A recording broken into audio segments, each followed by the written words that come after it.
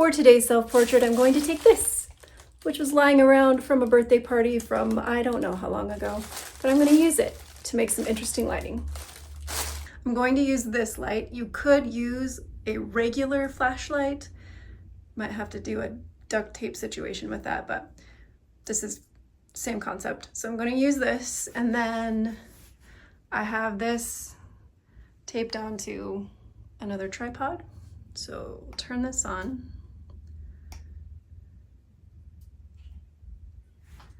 And it makes this cool projection on the wall. Next in this harebrained scheme of mine, I found some fairy lights laying around, and I also just used paper tape to stick that on my lens, kind of bunched them up in front. And I'll go ahead and turn that on. And then I'll flip around and I'll show you what this all looks like together. Here's what that looks like with the lights in front of the lens and the projection that we made. I'm going to stand over here and try and get some of this projection to show up on me, which means I'll probably have to stand really close to the wall for that.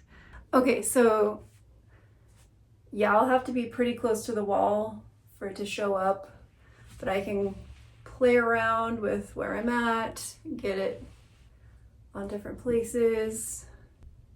Just as a reminder, I do have an app called Camrote that connects to my camera through the Wi-Fi, so I can see what my camera is seeing on my phone and control my camera from my phone. So that really helps me, excuse me, line everything up when I'm doing the photo so I can get just exactly where I want to get and take the photo. It's very useful. So I'm gonna go change my clothes because I'm not gonna wear this shirt for this photo. And I'm gonna take those and we'll go edit.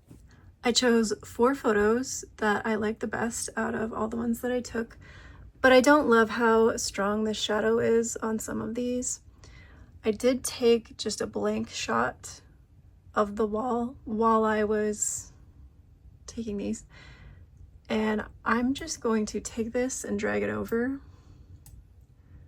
And I'm going to put a layer mask on there, and I'm going to layer mask some of the shadow off so it shows some of the petals. I'm going to go ahead and add a layer mask to that, and then I'm going to invert it. Then I'm going to take a brush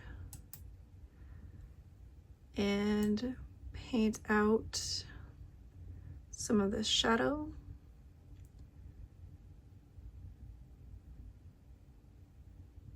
And I don't want it to be super harsh like that, so I think I will actually turn that down, the opacity of this layer. So you still kind of see the shadow, but it's not as harsh, and then you also still get some of those projections from the wall.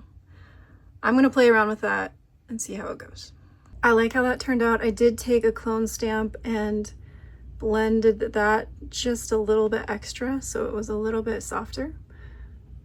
And now I'm just going to color grade it. I have a bazillion color grade actions and I mix and match and combine and layer all the time. But for this, I'm going to keep it pretty simple. I have a film action that makes it look like sort of a grainy film look, but I have the opacity turned down to 40%, and then I have another one that I have layered over the top of that, which is at 100%, and I like how that looks. I'm going to keep it pretty simple today. So we are all done with this, good to go. I'm going to play with these other 3 a little bit, and I will pop those in so you can see the finished results.